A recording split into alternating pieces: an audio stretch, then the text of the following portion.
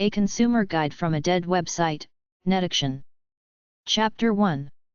Consumer Topics from netaction.org. Introduction. If you like adventure and intrigue, this is a great time to be online.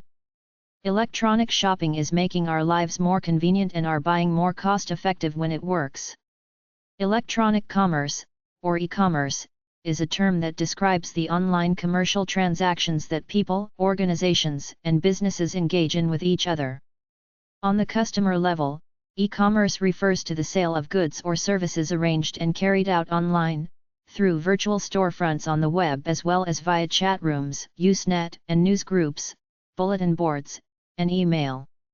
This includes buying items such as books, software, and toys from web-based stores using a secure web server, buying airline tickets from someone in a chat room, or researching a product in appropriate news groups. This guide will help you become educated about the online shopping experience. Here are several examples of various resources and activities. Shopping online. Shopping online has elements similar to traditional shopping, with added conveniences such as price and availability comparisons, 24-hour access to stores, and more. Shopping online also has disadvantages. You can't feel the fabrics, or smell the northern woods before your vacation. As a time and money-saving tool, it can be very useful. If you're thinking of buying something over the internet, you might start with larger, reputable retailers with which you have already done business in your neighborhood or through their mail order catalogs. They are likely to have relatively intuitive online catalogs with search features, secure online ordering, and dependable delivery and return/refund policies. Many of the smaller retailers will have these features too, but their reputations and histories may be harder to determine. Comparison shopping. Want to know how one company's price compares to another's? Many sites feature this information. See the Researching Products and Vendors section for more on this. Travel services. Finding a travel bargain online can be a great way to start planning that long-needed vacation. Increasingly, airlines and hotels are making last-minute bargain fares available online through special emailing lists, and on airline and related websites. With quicker and more thorough information available, individuals can conveniently search and compare flights and other travel arrangements to their heart's content. Beware, however, of travel scams, one of the fastest growing forms of fraud on the net today. See the Protection from Fraud section for more on this. Banking and online trading. Because the internet and related technologies offer customers lower cost and faster access to financial markets, e-commerce is changing the way our markets work. Banks are one example. Many now offer online banking, allowing account holders to transfer funds between accounts, pay bills, and more. If the stock market is your passion, stocks, bonds, and mutual funds can be purchased, sold, or traded through various online trading firms. Online brokerage accounts currently represent some 25% of all retail stock trades. Remember that the same laws and rules of return that apply to traditional trading also apply to trading online. SEC Chairman Levitt cautions online investors. techlawjournal.com/SEClaw/199900128.htm and Levitt's statement, with cautions on trading volatility, execution delays, and other concerns. techlawjournal.com/SEClaw/199900127.htm. Auctions. Auction and bidding sites are increasingly popular forms of e-commerce. These sites carry collectibles and retail products sold by individuals, as well as manufacturers' overstocked and clearance merchandise. Many auction sites require registration or membership. Many also have buying safeguards to help you confirm that the item you're bidding on is really what you want. Auction sites can become dangerously addictive for some people. Because auctions are not regulated, be sure to review the cautions in our Protection from Fraud section. Online charitable giving. A variety of websites are available to make charitable giving easy and convenient. Online environments are set up as donation clearinghouses, charity supporting online shopping malls, and more. These companies help support the work of your favorite charities and non-profit organizations. Be sure to keep records for tax purposes. FTC's Operation False Alarm, about online charitable giving, ftc.gov/bcp/conlani/edcam/badge/index.html. Gift certificates and coupons. Many online merchants encourage you to shop or dine with them by offering electronic coupons which can be printed from your home computer and used like the coupons you find in your Sunday newspaper to save money on a vast array of local goods and services. Shoppers should be aware that visiting these websites and downloading their coupons also helps marketers learn more about buyers' interests and purchasing patterns. Many large department stores also have online versions of their gift registries. Receiving gift certificates can make your online shopping experience convenient, since someone else has already paid for what you purchase. Spam. As internet use has skyrocketed, so have complaints about unsolicited commercial email, also called junk email or spam. Most internet service providers publish acceptable use policies, AUP, which prohibit sending spam. Nevertheless, the promise of a quick buck is a powerful motivator. See the Marketing and Protection from Fraud sections for more on this. Researching products and vendors. Few shopping experiences are complete without a little research. When you're looking to buy something new, you may ask friends what they know about a product that interests you, or you may look for product reviews. Different kinds of information might be helpful in your decision making. At times, the internet makes such research easy. There are search tools, independent reviews and product recommendations, comparison shopping sites, public reputation references, and other resources available to buyers. Types of research can include product feature comparisons on the items and models, different manufacturers, warranties, and prices. Here are some tips to help you get started on researching products and services. Bookmark those sites you find the most helpful. Check manufacturers' sites. Some manufacturers have gotten wise to customer needs and interests. Their websites offer general sales information as well as detailed specifics about each of their products. Some offer comparison guides for similar goods, while others offer detailed reports with illustrations or schematics. In addition, manufacturers' sites often offer FAQs, frequently asked questions, along with the company's warranty and return policies. Some even offer online discussion areas, and referrals to vendors carrying their goods and services. Check out the used equipment market. Used equipment sites like used goods dealers, auctions, online chats and discussions, and alternative support sites can reveal how well something was built and how long it lasts. Do you see a lot of these goods for sale cheap as if people are getting rid of a product, or do people seem to be looking for them? Are the products in need of repair all as good as new? Comparison shopping.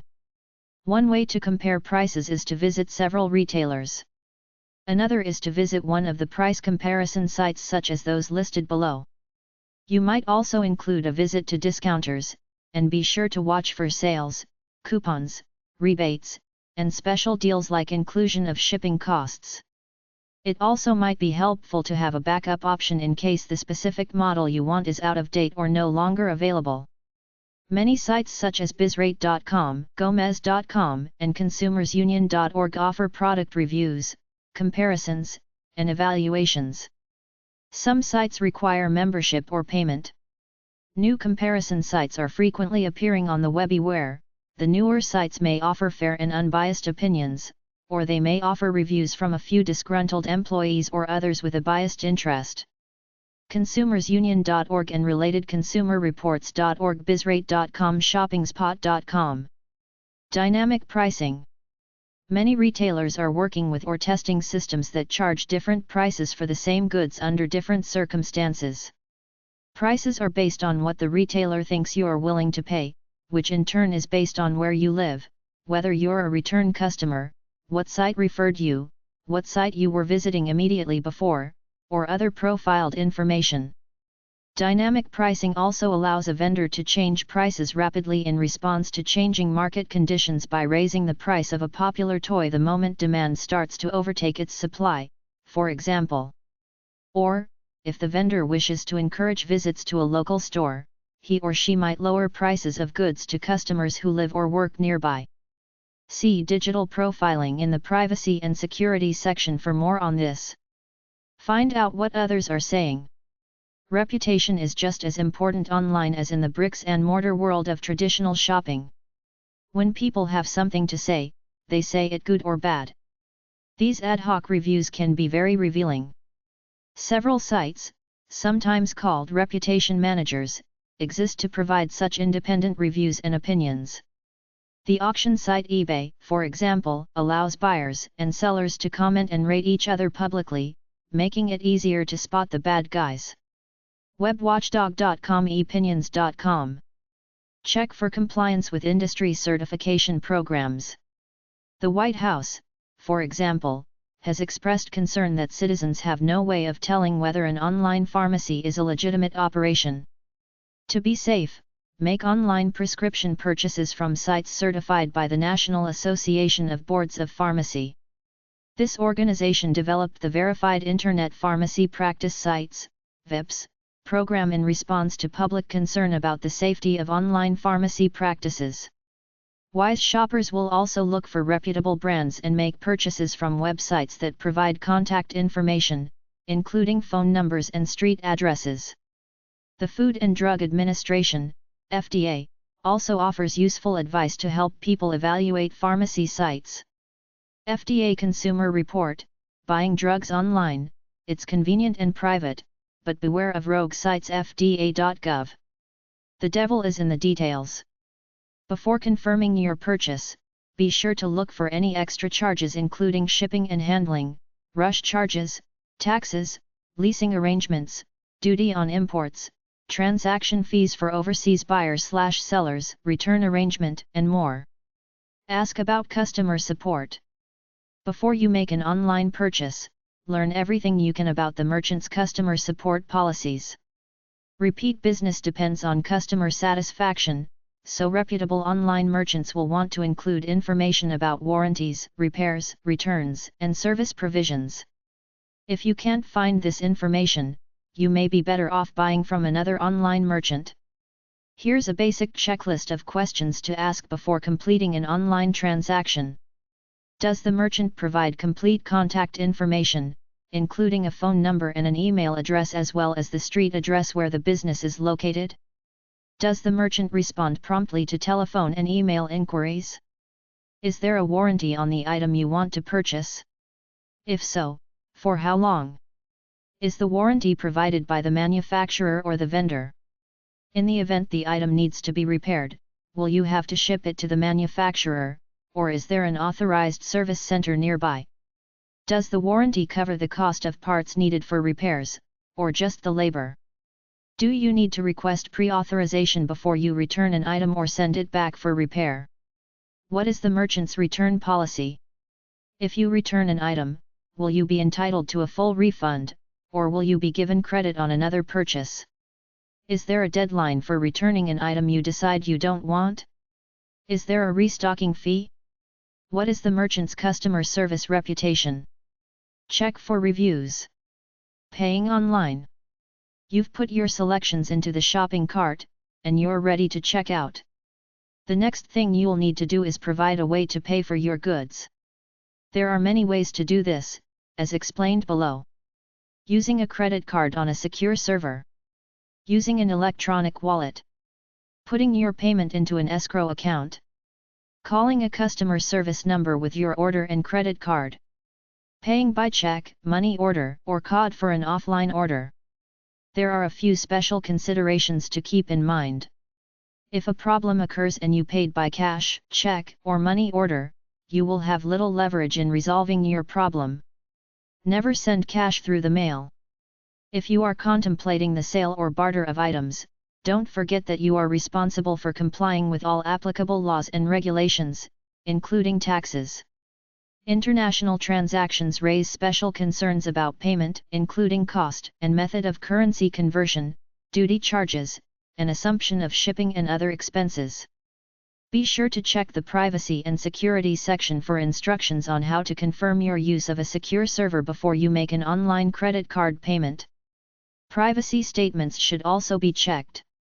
Review the site's privacy statement to see whether its database of credit information is encrypted, scrambled, and stored securely, and if access to those files is limited to necessary merchant personnel, how long the data are stored, or alternatively, if credit information could be purged after processing.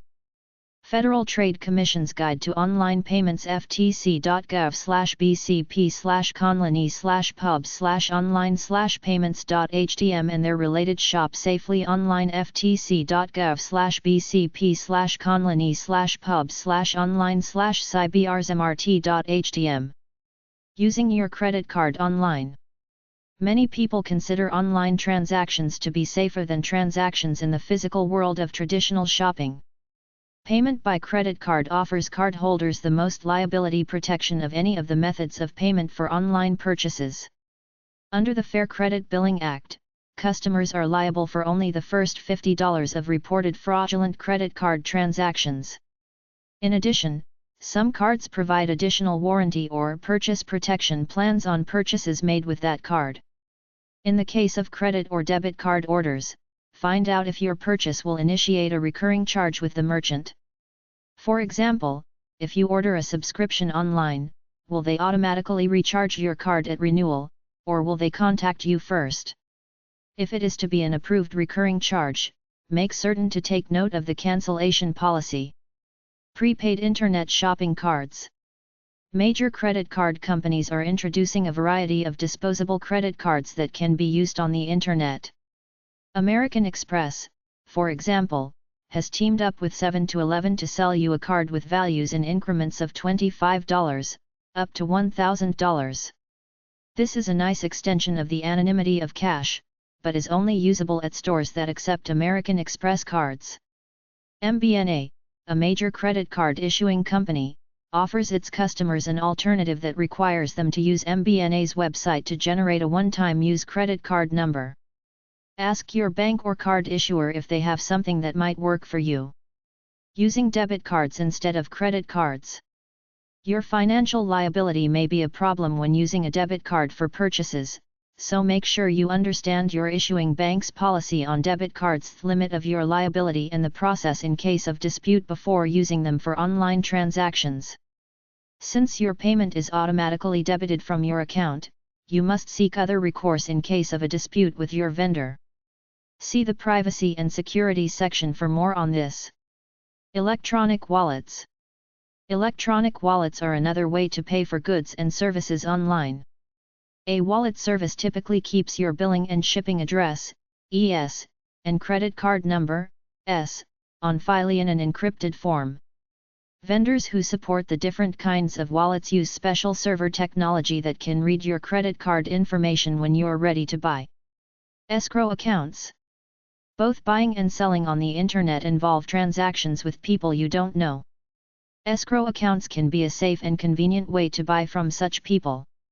Typically, the buyer deposits a payment with an escrow service.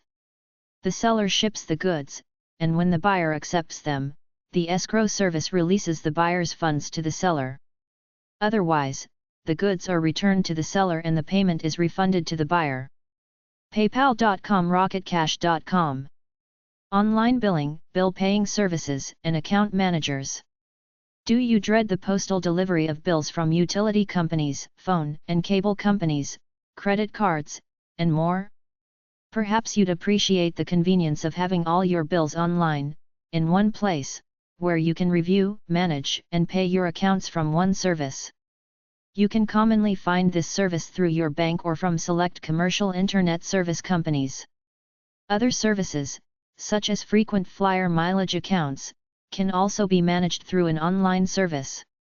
Be aware that your online payment may not go directly into your provider's account.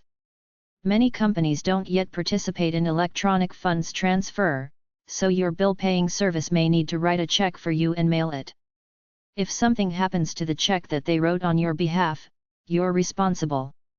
Online purchases with offline payment methods. Two common options exist for making purchases online but paying offline. Gather information online, then place your order by phone. This method is as safe as other mail or phone order services. Send your order on paper with a check or money order by regular mail, or using UPS, FedEx, or another ground or air shipper for ensured safety. The Privacy and Security section has more information on why this might be important. Return or exchange of gifts. When purchasing a gift for someone, ask questions in advance. Who gets credit for returned merchandise, the purchaser or the recipient? Who is charged for the returned shipping?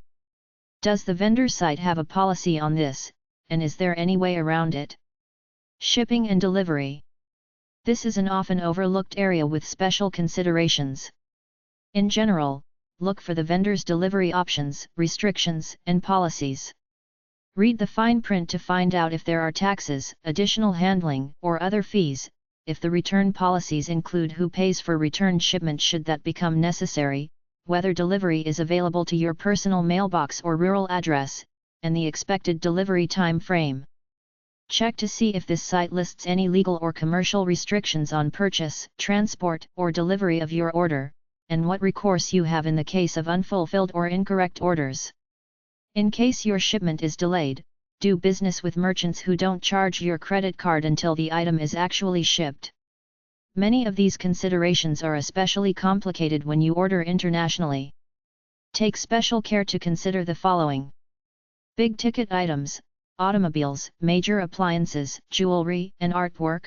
Check on shipping or delivery insurance, service warranties, installation and delivery schedules, the impact of online purchase on your homeowner's insurance, special return policies, taxes.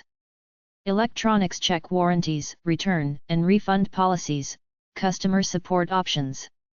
Clothes check size, color, and fabric options as closely as possible to reduce returns.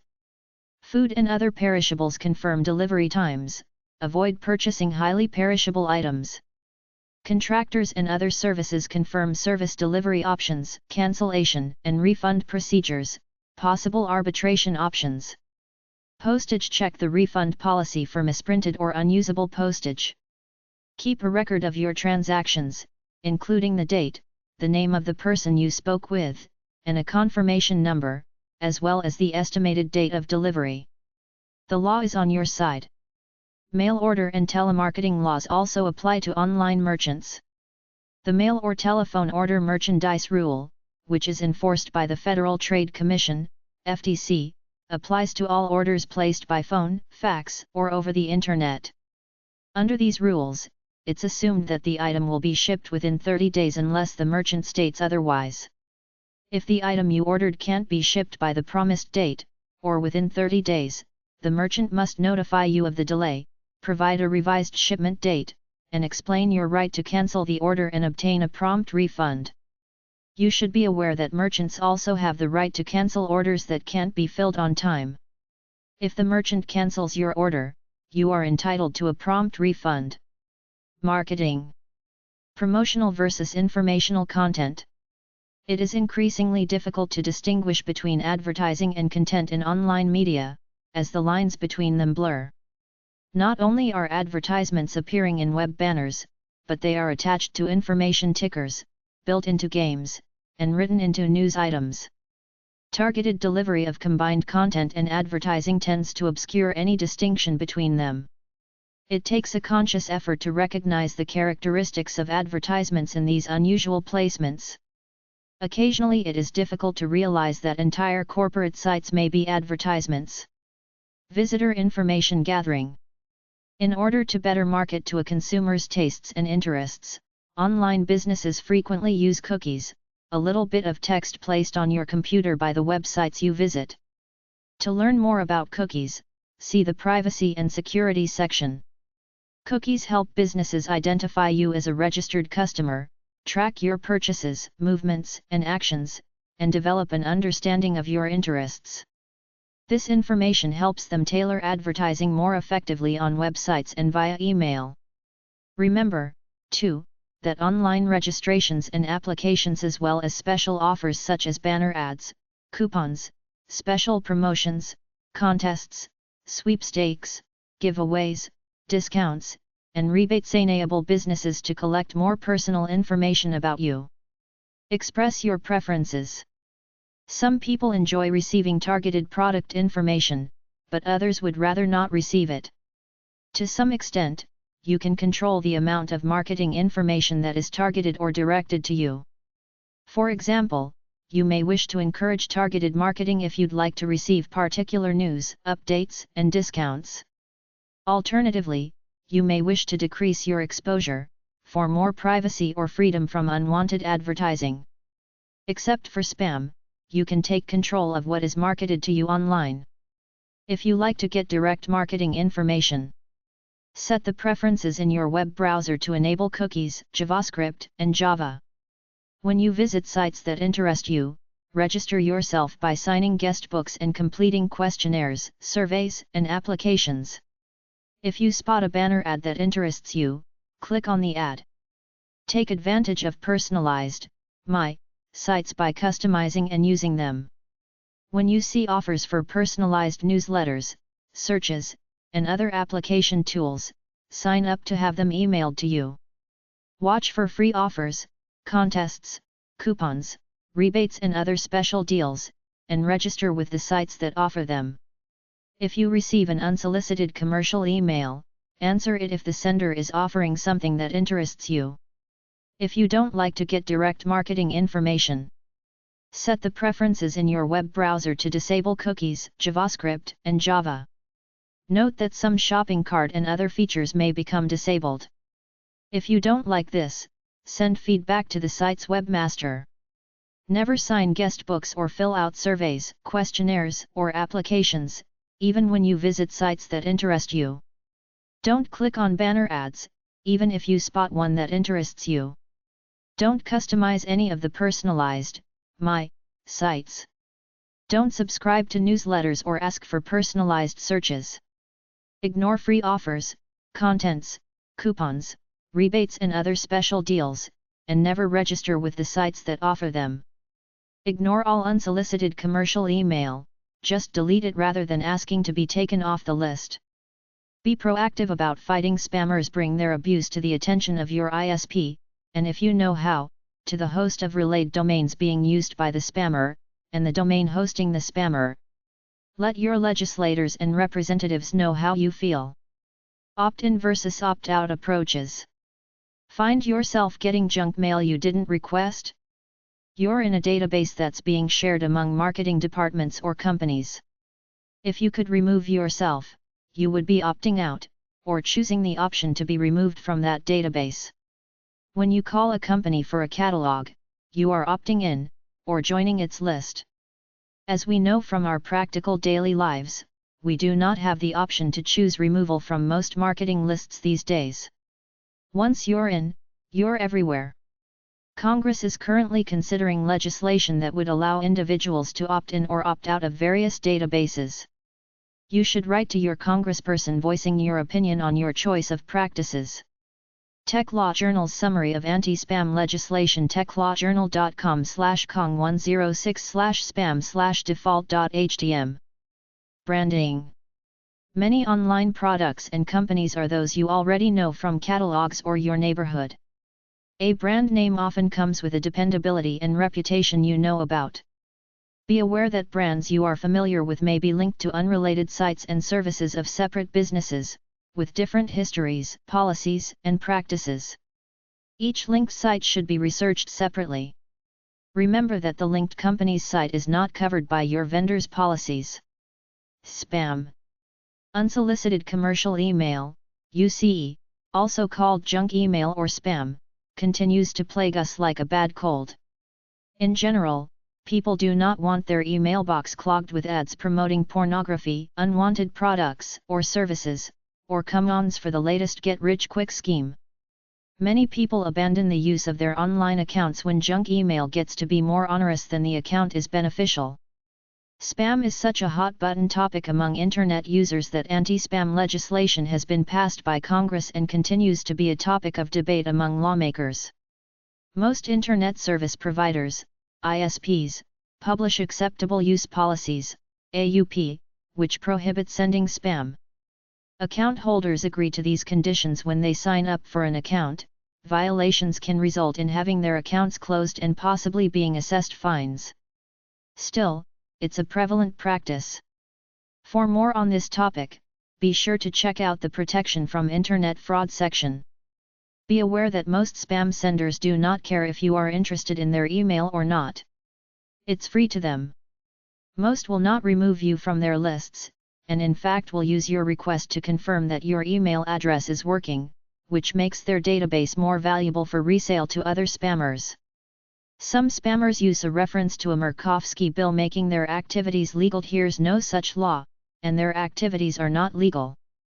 Junkbusters. Junkbusters.com sample acceptable use policy earthlink.net/about/policies/showpolicy.html. Marketing to children. There are growing numbers of children online. According to a recent report, some 16 million young people under age 18 are online, and over 6 million of these are children aged 12 and under.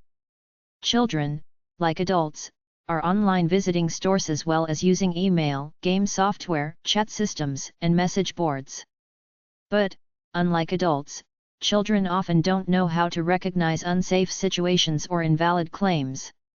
Children are surprisingly susceptible to things that blink or are animated, look like games, can be personalized, or do something or even simply say click here. Some unscrupulous internet companies exploit children's trusting nature by enticing them to share private information. Children need help with their privacy and security online. If parents decide to allow their children to use the internet to buy online, they should make sure their children understand how to use and make purchases safely and responsibly. Children's Online Privacy Protection Act of 1998, COPPA. A recent law, the Children's Online Privacy Protection Act of 1998, COPPA, went into effect on April 21, 2000. This law requires certain commercial websites to post a privacy policy, obtain verifiable parental consent for a child's information to be submitted online, and offer options regarding disclosure of that information to third parties. The Act allows civil penalties for violations. ftc.gov/bcp/profiling/index.htm. In planning this law, Congress established in October 1998 the Child Online Protection Act, COPPA, Commission to study methods to help reduce access by minors to certain sexually explicit material, defined in the statute as harmful to minors. The Commission recently issued a report that recommends steps to assist in empowering and educating the public, in law enforcement, and in industry self-regulation. Under public education, their recommendations include a campaign to promote public awareness of technologies and methods available to protect children online, and promotion of acceptable use policies. Consumer empowerment efforts include allocating resources for independent evaluation of child protection technologies, improvement of industry mechanisms, a private sector conversation on the development of next-generation systems for labeling, rating, and identifying content reflecting the convergence of old and new media, and our government's encouragement of the use of these technologies. copacommission.org/reportpeacefire.com. What parents can do. Supervise your children's use of your credit card, and/or fund a prepaid account for their use. Guide them through a basic budget so they know where their online finances stand. Teach children to think carefully about what they read online so they can recognize and understand the difference between information and product ads. Decide for themselves if information is truthful and comes from a reliable source. Understand that websites they visit for entertainment may in fact be advertisements.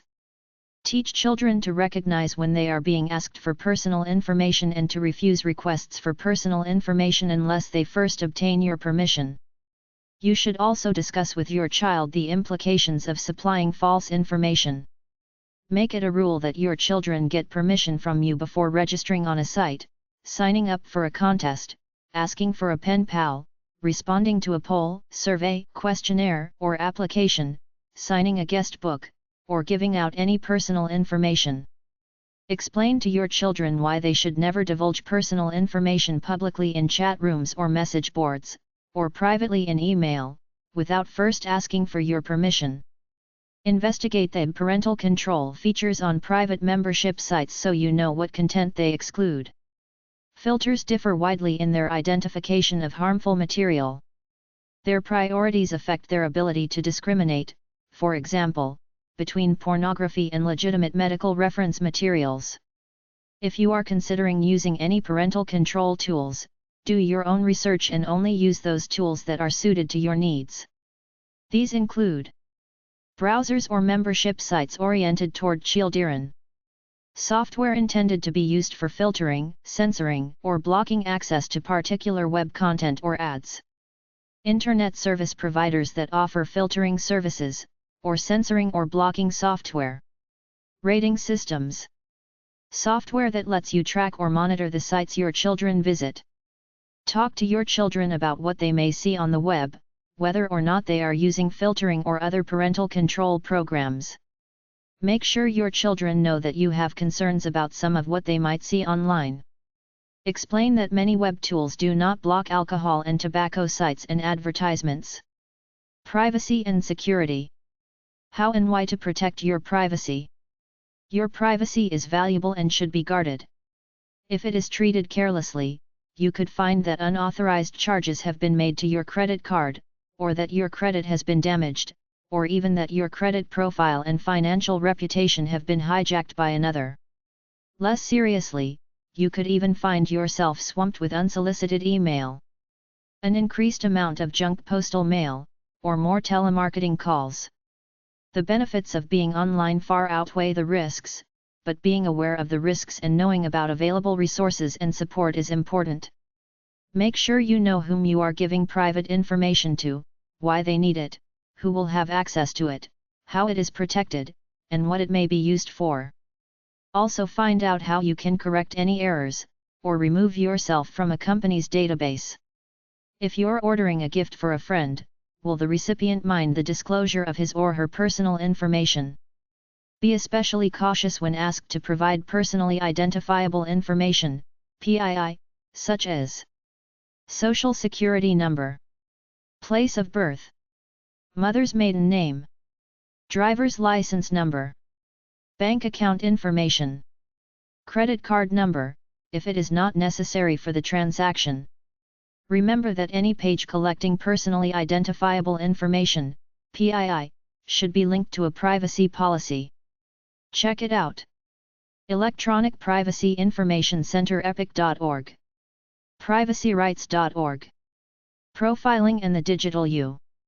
Profiling, also called creating a digital profile or a digital persona, is the practice of compiling information about your habits, preferences, and interests gathered primarily by tracking your movements online.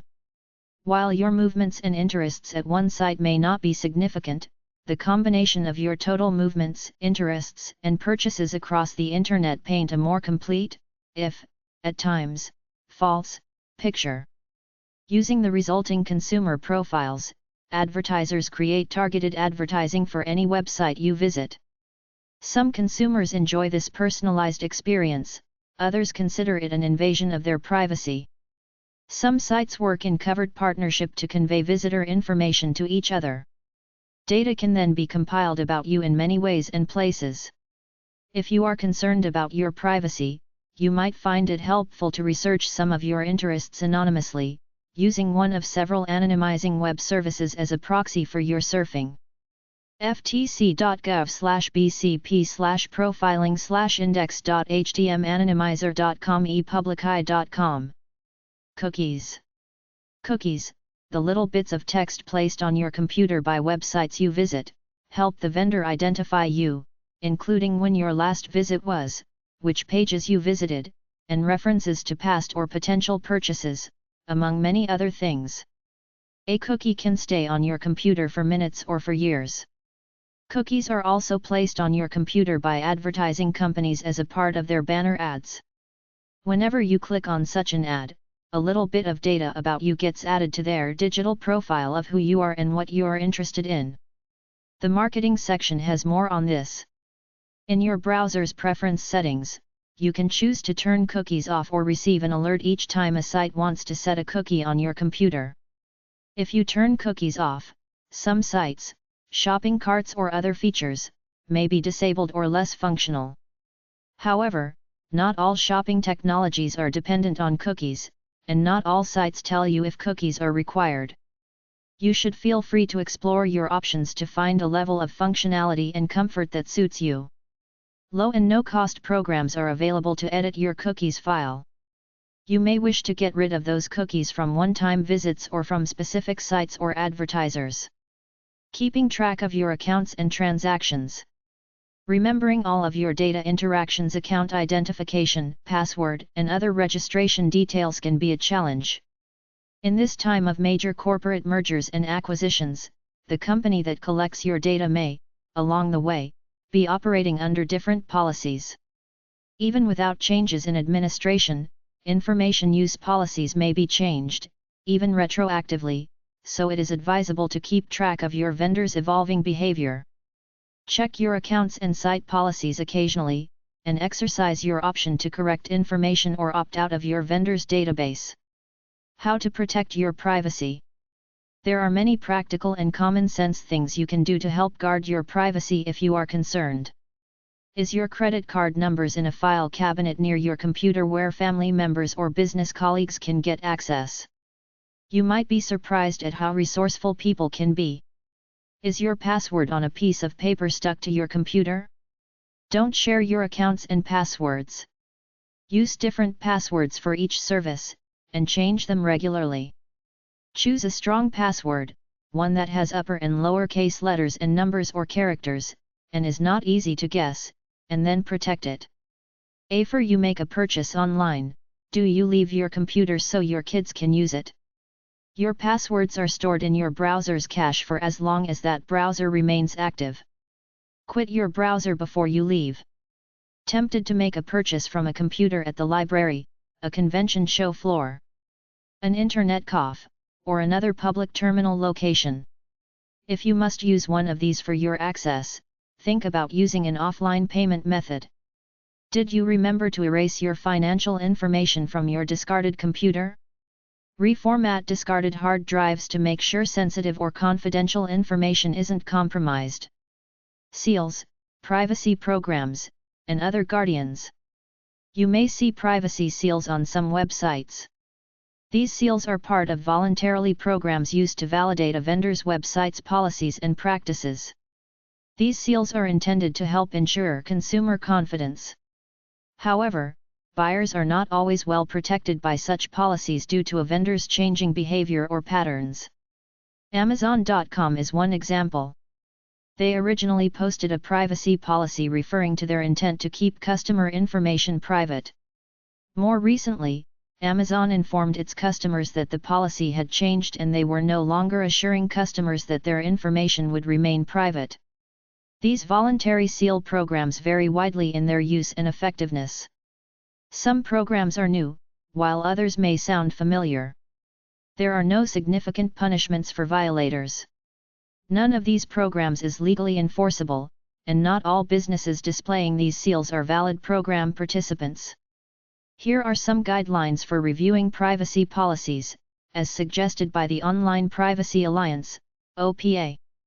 The privacy policy should be clearly stated, be available on the page where the information is collected, and include the company's statements regarding disclosure, choice, and data security. Look for the following details. Description of the information collected. Identification of possible third-party distribution of information to associates, agents, or contractors. Options available regarding information collection. Description of intended use of the information. Description of data storage security. Description of data integrity and access. Company contact information, including street address, email, and phone number. Consequences of refusal to provide requested information. Options regarding how information is to be used. Options for opting out of information use unrelated to the purpose for which it was collected. Opportunity to refuse third-party use of collected information. Assurance of appropriate measures to protect reliability. Assurance that third parties, if involved, protect data. An opportunity for customers to review and correct inaccuracies in their information.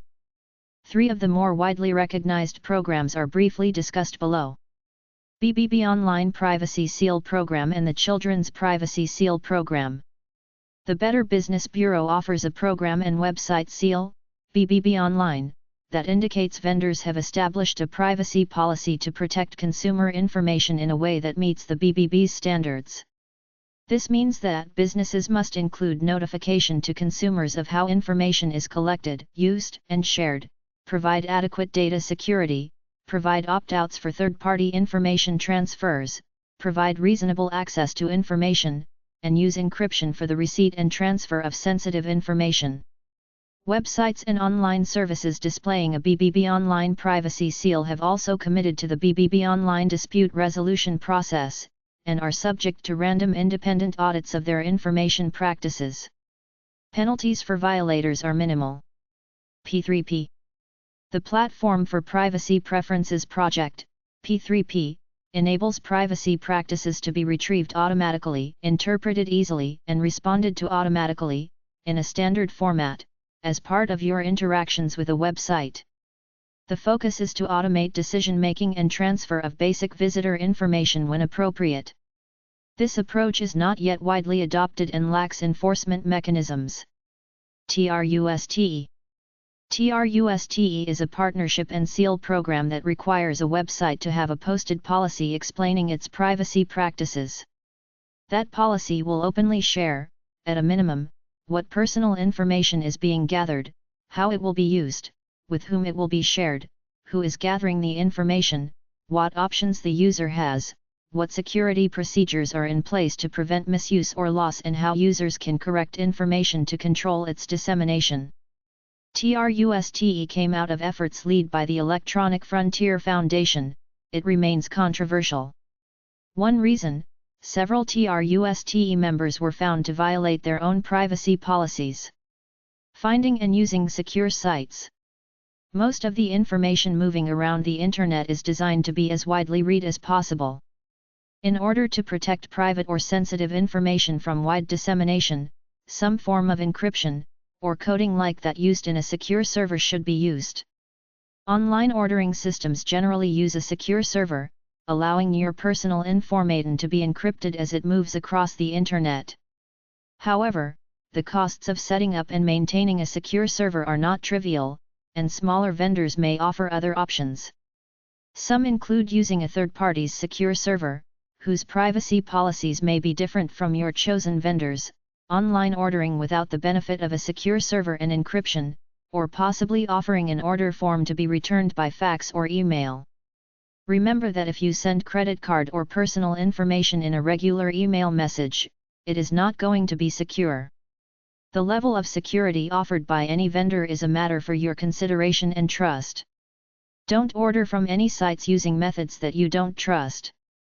For more information on payment options, see the section on paying online. Most web browsers have a little key or a lock in the lower left corner to indicate your browser's connection to a regular or secure server.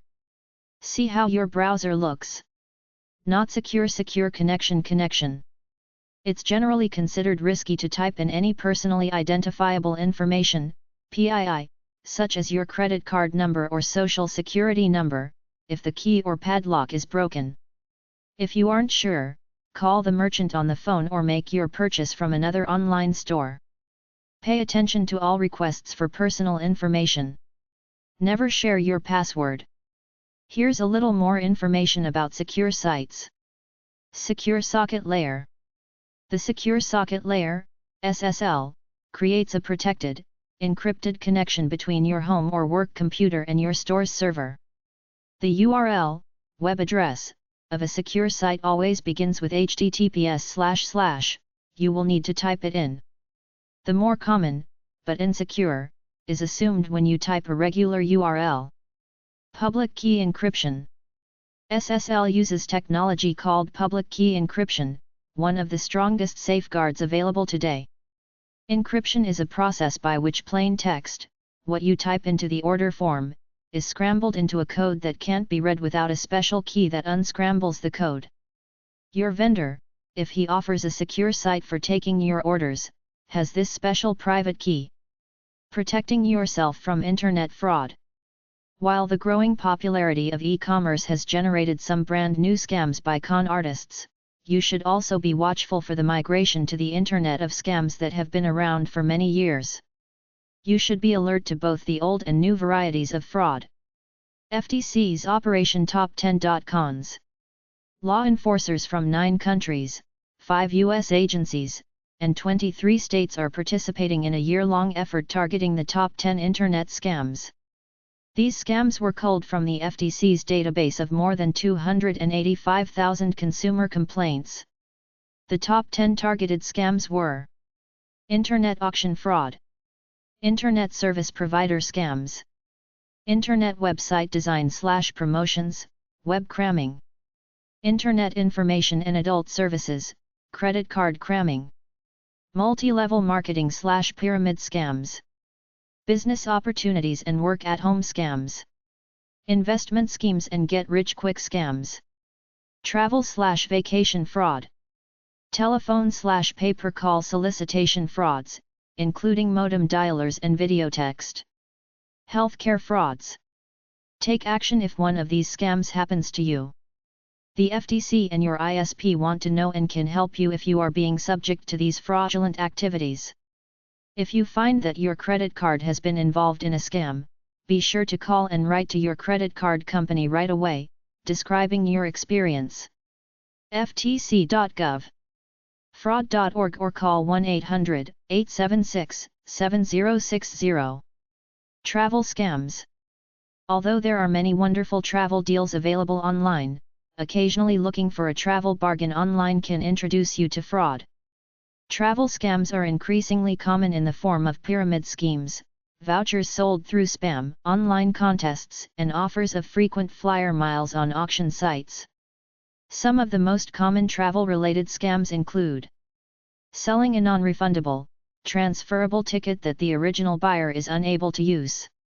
Often the high bidder sends a payment but receives nothing, or receives a useless or unschedulable travel voucher. Selling frequent flyer miles that are about to expire. The account award holder offers to buy a ticket to the highest bidder's destination of choice, but runs out of time. Offering entire travel packages sold at auction, being represented as part of a group package that was undersold. Selling travel vouchers as products of a pyramid scheme. Selling a discounted vacation package, which must be paid for by credit card, but cannot be scheduled before the voucher expires. The best defense against fraud is knowledge and prevention. Here are some recommendations to help you identify and protect yourself against fraud. Deals are usually trustworthy if offered through reputable travel agents. Look at who is making the offer. Call the airlines to verify a claim before sending payment. Be wary if, while you're looking for travel offers, you see the same individual showing up with new deals. Understand the terms and conditions that apply to products or services being offered online, and if you don't understand, ask. Legitimate businesses will provide more information, but con artists won't. Don't be pressured into making a decision. High-pressure tactics are common with fraud. Don't judge an online business by the appearance of its website. Online scams are increasing in part because it's so easy to set up and promote a website. Remember that it's easy to disguise your identity in cyberspace. Don't assume that everyone who contacts you online is who he says he is. Many organizations and laws are on your side. The best defense against fraud is education. The Federal Trade Commission, FTC, recently published a report describing common scams and what law enforcement agencies are doing to combat internet crime. The complete report is available for free on the FTC website, see below. Copies can also be obtained by calling the FTC at 1-877-382-4357. It's a good idea to know what sorts of problems should be reported to local law enforcement or regulatory agencies, and what sorts of problems you might be able to resolve in small claims court. The Federal Trade Commission, FTC, is empowered to investigate a company if it sees a pattern of possible violations. It's a good idea to file a complaint with the FTC if you are dissatisfied with the way an online merchant does business. The FTC's website provides online complaint forms.